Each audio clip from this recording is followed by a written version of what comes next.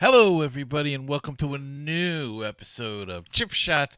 Hope everybody had a great week and a great weekend. And PGA Tour action, LPGA, European Tour, and PGA Tour champions all in action. So let's get right to it and take a look at the action. Hideki Matsuyama, the Masters champion, had 3 birdies in 5 holes on the back 9 and eagled the 18th for good measure for a 5-stroke victory at the PGA Tour's Zozo Championship. It was Matsuyama's first PGA Tour win in his native Japan, although he's only had one previous attempt. In 2019, Tiger Woods won the inaugural Zozo Championship, the first PGA Tour event in Japan, and last year the tournament was moved to California due to COVID-19 restrictions. Matsuyama finished with a 65 and a 15 under total of 265. It was his 7th PGA Tour victory. If there was any doubt, Matsuyama hit a 3-wood to about 12 feet with his second shot on the par 5 18th. Asked when he thought he had clinched his home tournament, Matsuyama said through an interpreter, "Probably my second shot at 18. That was probably the clincher." Americans were tied for second at 10 under.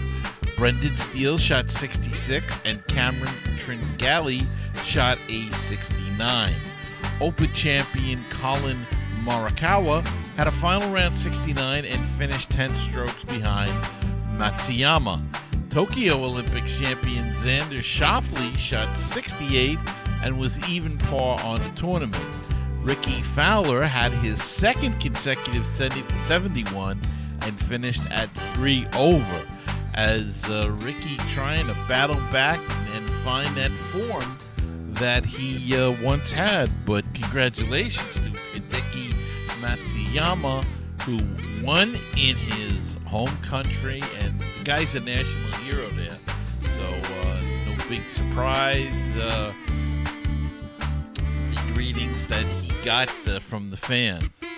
And the ageless wonder, but Bernhard Langer became the oldest winner in PGA Tour Champions history Sunday at 64, beating Doug Barron with a 6-foot birdie putt in the first hole of a playoff in the Dominion Energy Charity Classic. The German star thrust both arms in the air after winning for the 42nd time on the PGA Tour Champions, and the first time since March 2020.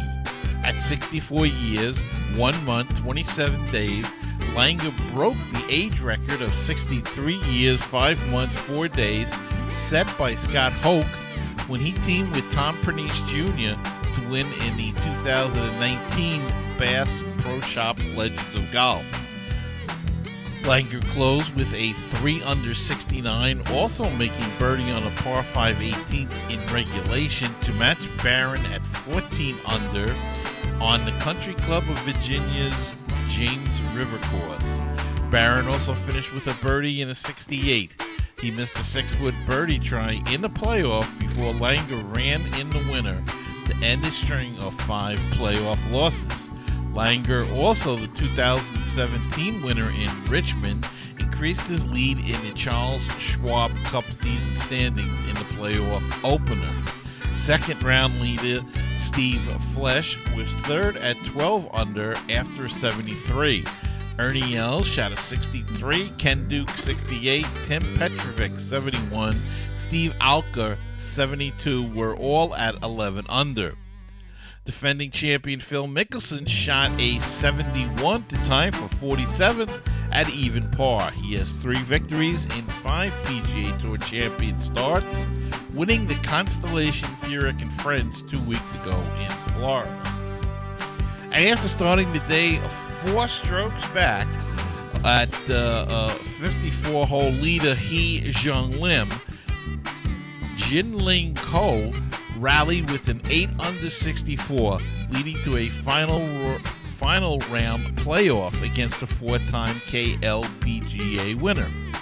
With a birdie on the 73rd hole, Ko earned her second consecutive victory and the 200th win by a Korean-born player on the LPGA Tour.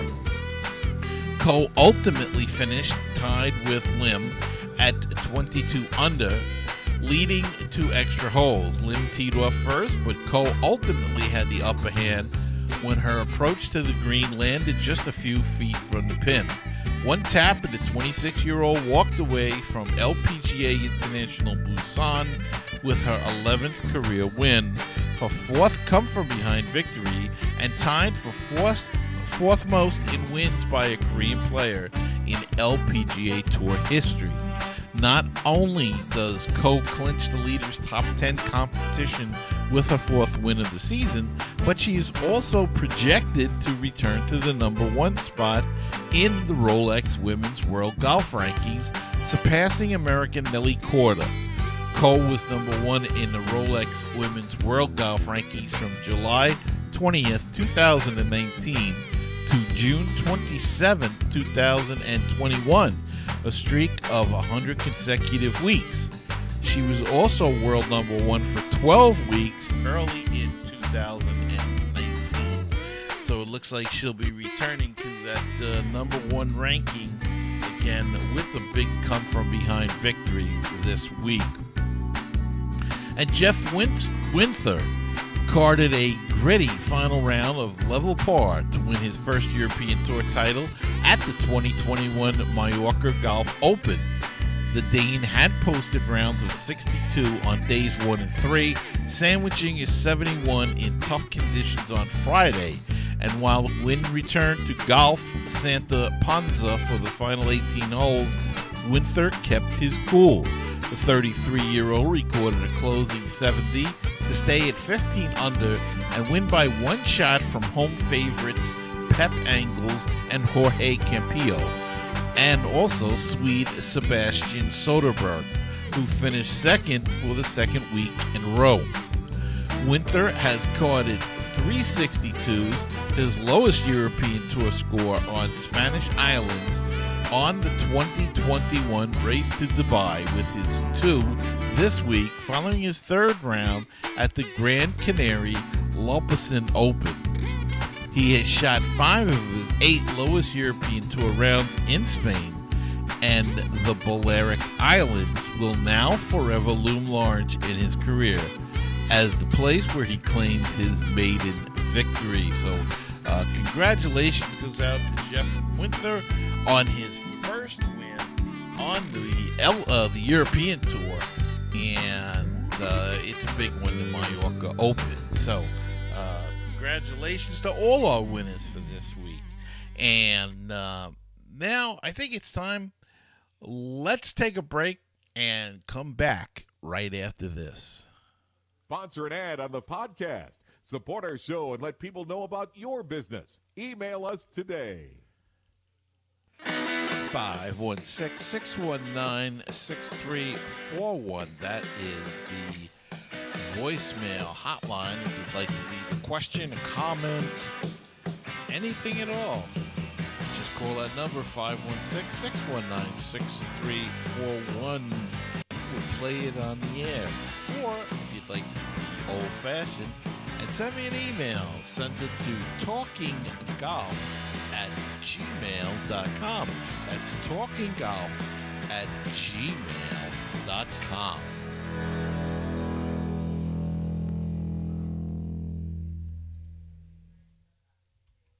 It's time for the Golf News of the Week. And in the golf news this week, a week ago, Jim Furyk's son Tanner caddied for him at the PGA Tour Champions regular season finale, the SAS Championship. Father and son made quite a pair as Furyk took the clubhouse lead late on Sunday before settling for a tie for third. Furyk's regular caddy, Fluff Cowan, missed the tournament due to an injury. At the Dominion Energy Charity Classic this week, the first of 3 events in the postseason, Fluff is back on the bag.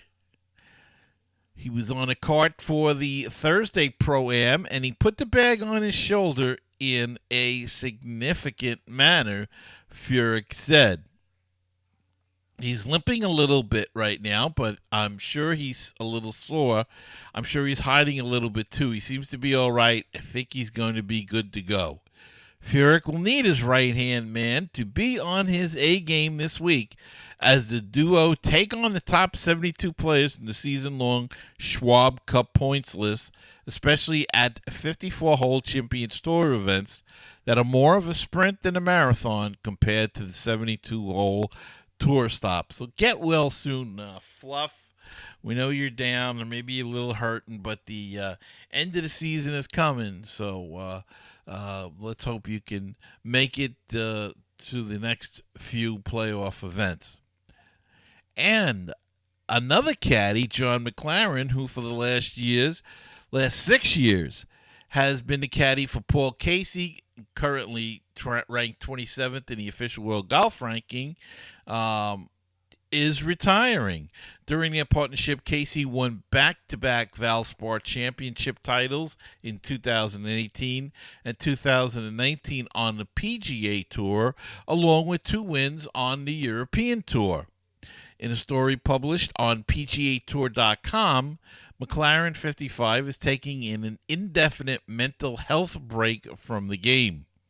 The story also states that he came to the realization that the anxiety of cross-Atlantic travel on a regular basis in this current pandemic-punctured world was not healthy. Before he carried the bag for Casey, he worked with another Englishman, Luke Donald. During their time together, Donald reached number 1 in the world and earned $30 million. Not too shabby. So McLaren is taking a mental health break. Some people have called it a retirement. He's 55. He's known as Johnny High Socks. He wears all kinds of crazy socks on the tour, and that's what he's known for around those parts, but also known as a terrific caddy as by the results of the players that he's paired with over the years. So good luck. Hope everything works out okay for him, and maybe we'll see him back on the European Tour. Sounds like he wants to stay closer to home, really, and who can blame him, as he said, in this crazy pandemic world that we're living in. And according to an exclusive report on Golf Week, 8 PGA Tour players, including world number 2 Dustin Johnson, are seeking permission to compete at the Saudi International Tournament. The tour previously said that it would deny waivers for its members to take part in the controversial event. Tour players need to obtain a release to compete on other circuits. A tour spokesperson confirmed to Golf Week that a decision on waiver applications is not required until 30 days before a tournament starts. The Saudi International is scheduled for February 3rd to 6th at Royal Greens Golf and Country Club in King Abdullah Economic City, meaning players might not learn if they will be permitted to play until Tuesday, January 4th. PGA Tour members who choose to compete without obtaining permission are subject to disciplinary proceedings, most likely in the form of a fine. The Saudi International is the latest front in a battle over the future of professional golf as the PGA and European tours try to fend off a proposed rival circuit known as the Super Golf League, which would be financed by the Saudis. The Super Golf League has been courting golf's biggest stars with a promise of huge paydays, more than $30 million in some cases. The concept has been pitched for more than 7 years, but no player has yet signed on. PGA Tour Commissioner Jay Monahan has made clear that any member who joins the rival tour will face a lifetime ban. Several prominent players are known to be flirting with the Saudi League. Others, notably world number 1 Jon Rahm and Rory McIlroy, have publicly rejected the Saudi overtures. So a rival league could come about. You know, money, there's a lot of money being thrown at these guys, and sometimes it's tough to resist. But also the idea of not being able to play in any majors, at least I would think you probably could play in the Open, the U.S. Open, and the British Open. Not sure about the Masters. The PGA Tour Championship would definitely be out of the question. Don't know how these players would react to that, and whether it's worth the risk, the money versus the money's not too bad on the PGA Tour either, So who knows what? But big paychecks sometimes can can blur your judgment. But when you get to top players like McIlroy and Rahm, they need those guys to survive because they call it the Super League golf. You got to have the top guys. You don't get the top guys, it's not going to work at all. So we'll see how it all plays out as time goes on. All right, time for another quick break, and we will return. Sponsor an ad on the podcast. Support our show and let people know about your business. Email us today. 516-619-6341. That is the voicemail hotline if you'd like to leave a question, a comment, anything at all. Just call that number, 516-619-6341, and we'll play it on the air. Or if you'd like to be old-fashioned and send me an email, send it to talkinggolf@gmail.com. That's talkinggolf@gmail.com.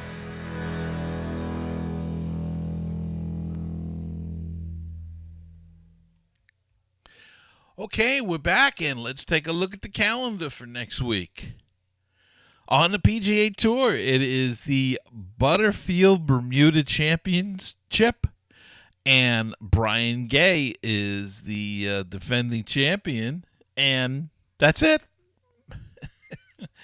No official PGA Tour Champions events, no official LPGA Tour events, official, and no official European Tour events as they all take off. They're all traveling as the Champions Tour move to their second of three playoff events. The LPGA, I believe, are coming back from Korea, so they're off. European Tour are also off. So that's it for the calendar for next week. Rather thin. What can I tell you? I don't make it up. So there you go. All right, and that's going to do it for us this week as well. I hope you enjoyed the show, and I hope you will continue to watch or listen to the show. And don't forget to hit that subscribe button. Yep. If you're on YouTube, hit the subscribe button. Smash that like button. It helps our YouTube analytics and makes the people at YouTube happy, and it makes me happy as well. And if you listen to the audio version, you can subscribe too, just by hitting the subscribe button, and that way you'll always know when a new episode has come out. And you can do that on iTunes, Google Play, Anchor.fm, Spotify, Castbox, Google Podcasts. Wherever you listen or watch the podcast, just hit that subscribe button. It really does help us grow the show and expand to new listeners. And until the next time, remember, as you walk down the fairway of life, you must smell the roses, for you only get to play one round. I'll see you next time on another edition of Chip Shots.